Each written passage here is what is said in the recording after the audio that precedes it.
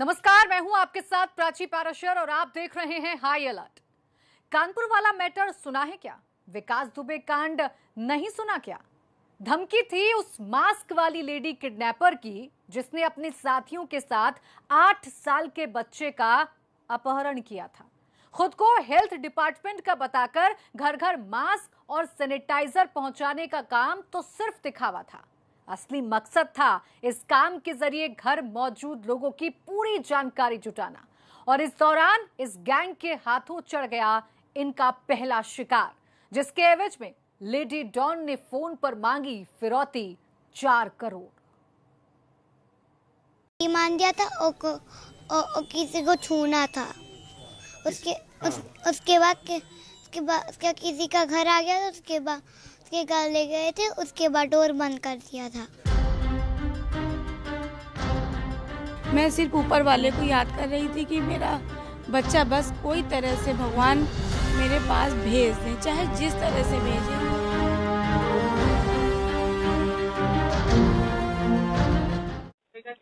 Hello hello जी।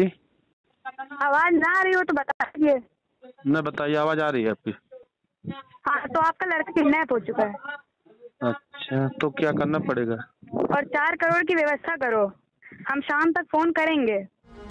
गोंडा कांड की खलनायक लेडी किडनैपर। गोंडा में 8 साल के बच्चे के अपहरण मामले में पुलिस ने महज 24 घंटे में किया है सनसनीखेज खुलासा। इस खुलासे में सामने आया है अपहरण कांड के पीछे मौजूद लेडी किडनैपर का चेहरा। लेडी किडनैपर ने बच्चे के पिता को किया था फोन। पुलिस की मौजूदगी में अपने जुर्म की कहानी को नकाब के पीछे छिपाने की कोशिश की जा रही है। ये वही लेडी किडनैपर है जिसने गोंडा से 8 साल के बच्चे के अपहरण के बाद फिरौती की रकम के लिए पीड़ितों को फोन किया था। फिरौती के लिए लेडी किडनैपर ने किया था फोन। कानपुर कांड के नाम पर इस महिला ने अलग ही अंदाज में पीड़ितों को फोन कर फिरौती की रकम मांगी थी। कानपुर कांड के खलनायक विकास दुबे का नाम लेते हुए इसने पीड़ितों को धमकाया था। अच्छा, और सिर्फ हाँ या ना में जवाब दे देना शाम को। और अगर ज्यादा दिमाग सुनो और अगर ज्यादा दिमाग लगाने की कोशिश की तो अभी तो सब कुछ ठीक है, और जो करोगे हमें तुरंत पता चल जाएगा।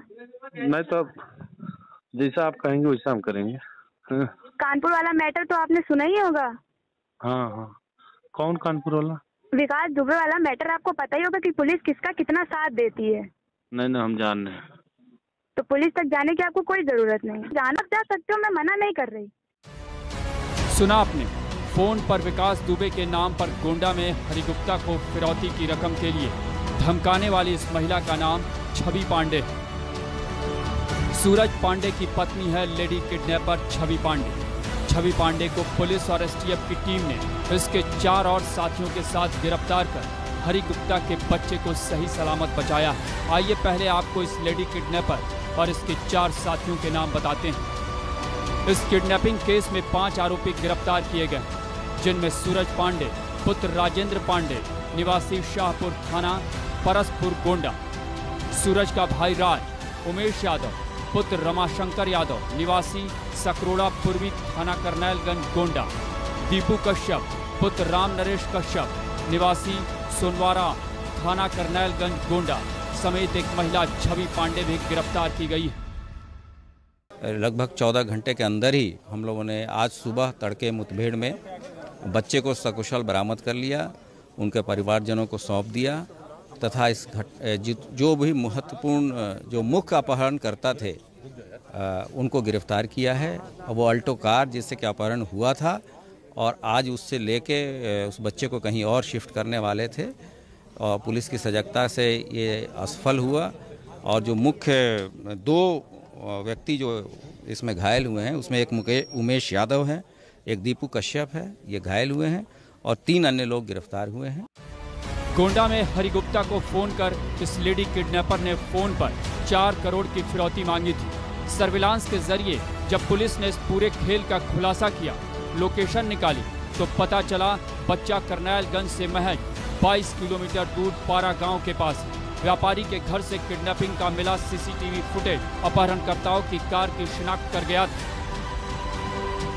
तथा पुलिस कार्रवाई में 2 बदमाश उमेश यादव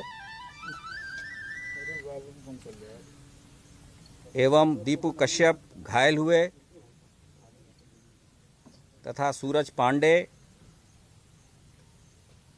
एवं उनकी पत्नी छवि पांडे तथा उनका छोटा भाई राज पांडे गिरफ्तार किया गया है। पुलिस ने रात भर बच्चे की सकुशल बरामदगी के लिए मुखबिरों को सक्रिय रखा। मुठभेड़ में 2 बदमाश उमेश यादव और दीपू कश्यप घायल हो गए। कैसे मन में विचार आया कि 4 करोड़ की फिरौती मांगा जाए, बच्चे को अपहरण किया जाए? हमारे मन में विचार नहीं आया था, आज भी नहीं। तो सूरज और क्या नाम है राज पांडे के अंदर। फिर क्या हुआ? हमसे उनसे कहा तुम लेकर आओ इनको बच्चे को। हम देखे तो पुलिस आ गई, पकड़ लिया वहाँ पर। गोंडा में पुलिस और एसटीएफ की मेहनत रंग लाई। कानपुर कांड के बर्रा कांड में किरकिरी के बाद पुलिस के लिए ये उपलब्धि अमृत से कम नहीं। आइए अब आपको बताते हैं आखिर गोंडा में हुआ क्या था। असल में गोंडा के थाना कर्नलगंज के कस्बा में कुछ लोग स्वास्थ्य विभाग का बताकर मास्क और सैनिटाइजर घर घर पहुंचाने की बात कर रहे थे और लोगों का पता और मोबाइल नंबर नोट कर रहे थे। तभी एक 8 साल का बच्चा जब घर से बाहर निकला तो किडनैपर्स कुछ सामान देने के बहाने उसे अपनी गाड़ी तक पैदल ले गए और फिर उसका अपहरण कर फरार हो गए थे। ये पूरी वारदात सीसीटीवी में कैद हुई थी। मैं सिर्फ ऊपर वाले को याद कर रही थी कि मेरा बच्चा बस कोई तरह से भगवान मेरे पास भेज दें, चाहे जिस तरह से भेजें, लेकिन मेरा बच्चा मेरे पास आ जाए। पुलिस वालों की और ऊपर वालों की बहुत दया रही जो मेरा बच्चा आज मेरे पास है। हम बहुत खुश हैं अपने बच्चे को अपने पास देख के। जब फिरौती की रकम मांगी गई थी तब मतलब वो कौन थी? आवाज महिला की थी। अच्छा, ये लोग जो पकड़े गए इनको जानते हैं? नहीं सर, हम किसी को नहीं जानते। इसमें महिला भी शामिल है, कौन है ये आप जानती हैं? नहीं, हमने जी नहीं, घर कभी नहीं आपको नहीं देखा। आप ये समझ लीजिए कि हमारे लोग के लिए भगवान के जैसे हैं। हम लोगों ने भगवान को नहीं देखा, लेकिन उत्तर प्रदेश पुलिस, खासकर हमारे कोतवाल साहब, एसटीएफ की पूरी टीम, ये लोग हमारे लिए भगवान जैसे हैं। कानपुर की किरकिरी के बाद पुलिस गदगद, तो वहीं बच्चे के मिलने के बाद माता पिता की सांसें लौट चुकी। वो खुश हैं अपने बच्चों को साथ देखकर। गिरफ्तार की गई महिला की भूमिका सामने आई तो हर कोई हैरान था, क्योंकि किसी ने सोचा भी नहीं था कि एक महिला किडनैपिंग के इस कांड में सबसे बड़ी राजदार हो सकती है। 14 घंटे के अंदर इस बड़ी किडनैपिंग को उन्होंने बरामद कर, बच्चे को बरामद कर लिया और किडनैपर भी गिरफ्तार किया गया। सबसे ताज्जुब की बात, इस पूरे मामले में एक महिला की भूमिका अहम थी। उसी ने परिवार वालों को फ़ोन किया था और 4 करोड़ की फिरौती मांगी गई थी। फिलहाल वो महिला समेत 5 लोग गिरफ्तार किए गए हैं। मुठभेड़ के दौरान 2 बदमाश घायल भी हुए हैं। इसके साथ ही उन मददगारों पर भी कानूनी शिकंजा कसा जाएगा जिन्होंने इस पूरी अपहरण की वारदात में मदद की थी या अपहरणकर्ताओं की साजिश में शामिल थे। कैमरा पर्सन मेहदी हसन के साथ संतोष कुमार, एबीपी गंगा। गोंडा तो एक सब्जेक्ट है पूरे सिलेबस का। किसी भी परीक्षा में पास होने के लिए सारे सब्जेक्ट में पास होना पड़ता है। इस लिहाज से कानपुर के बर्रा कांड को नजरअंदाज नहीं किया जा सकता है, जिसमें यूपी पुलिस फिरौती पर फंसी हुई है। आखिर कहां गई फिरौती की रकम, ये सवाल अब भी सवाल ही है। संजीत तो मिला नहीं, अब उसकी लाश को भी नहीं ढूंढ पा रही है कानपुर की नाकाम पुलिस। मुझे सीबीआई जांच चाहिए, दोषी कोई भी हो। मैं किसी पर आरोप नहीं लगा रही हूँ, मुझे सीबीआई जांच चाहिए।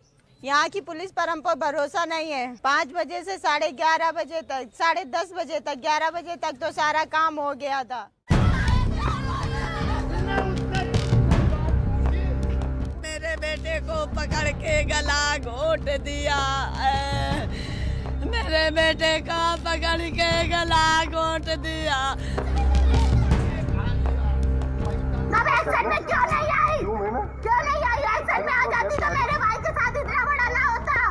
हाईवे से फेंका गया है। जब तक हम लोग घूम के नीचे जाएंगे उसमें 1.5-2 किलोमीटर का रास्ता है, जहाँ से आप घूम के जाके आप देखोगे वो नीचे कोई खड़ा होगा लेके अपना चंपत हो गया। पैसे के बारे में जो कंफ्यूजन है, अभी तक की जो जांच है, जो पुलिस पार्टी ने ऑपरेशन किया था उनके बयानात के आधार पर, मुलजिमों के बयानात के आधार पर अभी तक की हमारी विवेचना के अनुसार कोई पैसा नहीं दिया गया है। फिर भी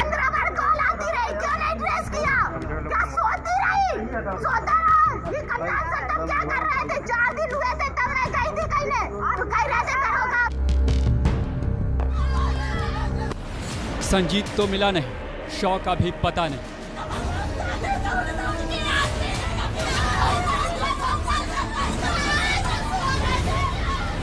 बेटे को पकड़ के गला घोट दिया। फिरौती पर फंसी पुलिस का अता पता नहीं।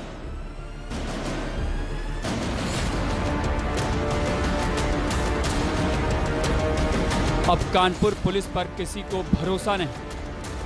जब व्यवस्था के आगे विश्वास दम तोड़ दे तो विनाश की कहानी कानपुर के संजीत की हत्या की जुबानी कही जाती है। गोंडा की जीत कानपुर की नाकामी को किसी भी कीमत पर छिपा नहीं सकती। कानपुर पुलिस की नाकामी और व्यवस्था के बीच फैला दिमाग किस कदर फैला है, इसका अंदाजा इस बेबस परिवार के आक्रोश से लगाया जा सकता है। और जिनको हमने अपने खुद के लोग लगाए हुए थे, मेरा भाई और मेरे अंकल पापा के दोस्त, पुलिस ने उनको हटा दिया। आप इनके साथ क्या कर रहे हो? उनका हटना नहीं हुआ, कितनी देर में पुलिस ने सारा काम करा लिया। 1 महीने तक इंसाफ के लिए भटकने के बाद भी संजीत के परिवार को कुछ नहीं मिला। सिर्फ खबर मिली घर के दीपक के बुझ जाने की।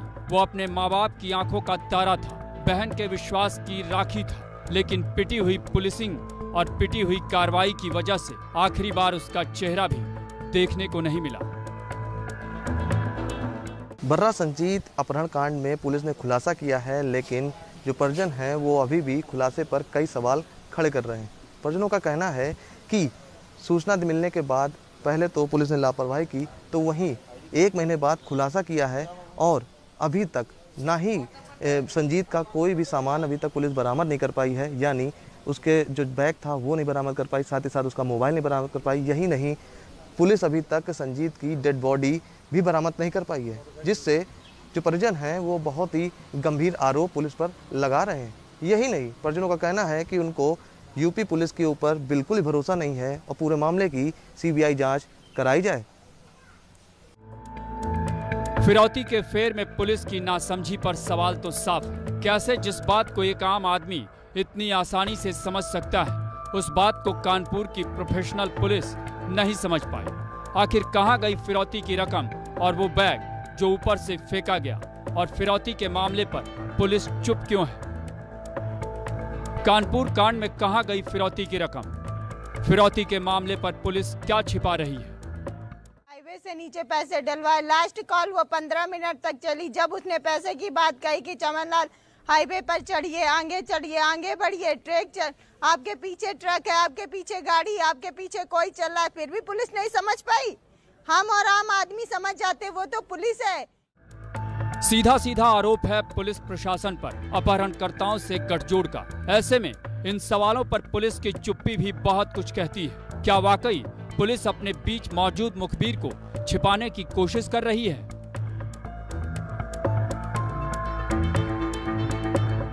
काफी दूरी पर थे, जब बैग नीचे फेंक दिया तब रंजीत राय सर पापा के पास जाके कहते हैं कि तुमने बैग नीचे फेंक दिया। हम तो मना कर रहे थे, 15 मिनट से कॉल चल रही थी, पापा टाल रहे थे उसको कि वो हमें ना देख पाए, ये सब नीचे पहुंच जाए।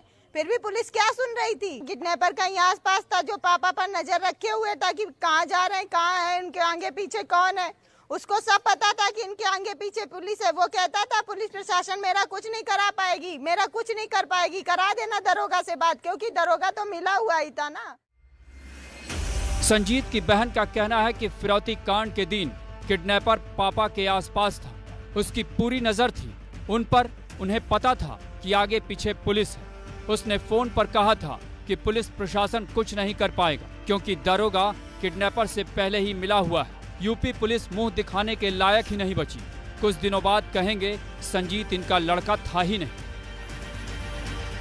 बचाव के लिए पुलिस तो ये कहेगी, अब मुंह दिखाने के लायक नहीं बची है यूपी पुलिस, तो मुंह क्या कहेगी? अब यही तो कहेगी, कुछ दिनों बाद कह देगी कि वो संजीत इनका लड़का था ही नहीं। अभी ये भी तो बोल देगी कि कुछ दिनों बाद ये उनका लड़का था ही नहीं। आज बॉडी लाके नहीं दी, कल को केस खत्म हो जाएगा। राज कुछ और ही है। ये जो 4 बंदे पकड़े गए हैं वो सिर्फ दिखावे के लिए कि मैंने किडनैपर पकड़ लिए, ऐसा कुछ नहीं है। जो मेन पॉइंट है वो अभी पकड़ा ही नहीं गया है, और जो पकड़े गए उसमें से हमको 3 आरोपी दिखाए गए, एक दिखाया ही नहीं गया, जबकि मैं 2 बार गई। मैंने पूरे मामले में फिरौती की जांच एडीजी पीएचक्यू बीपी जोगदंड को सौंपी गई, जो आज पीड़ितों से मिलने पहुंचे, जहां गुस्साए लोगों ने उनका घेराव किया, साथ ही इंसाफ की गुहार भी लगाई। यहाँ रुकते हैं छोटे से ब्रेक के लिए, लेकिन आप कहीं मत जाइएगा, क्योंकि आगे आपको दिखाएंगे गुनाह के मैनेजमेंट का खेल।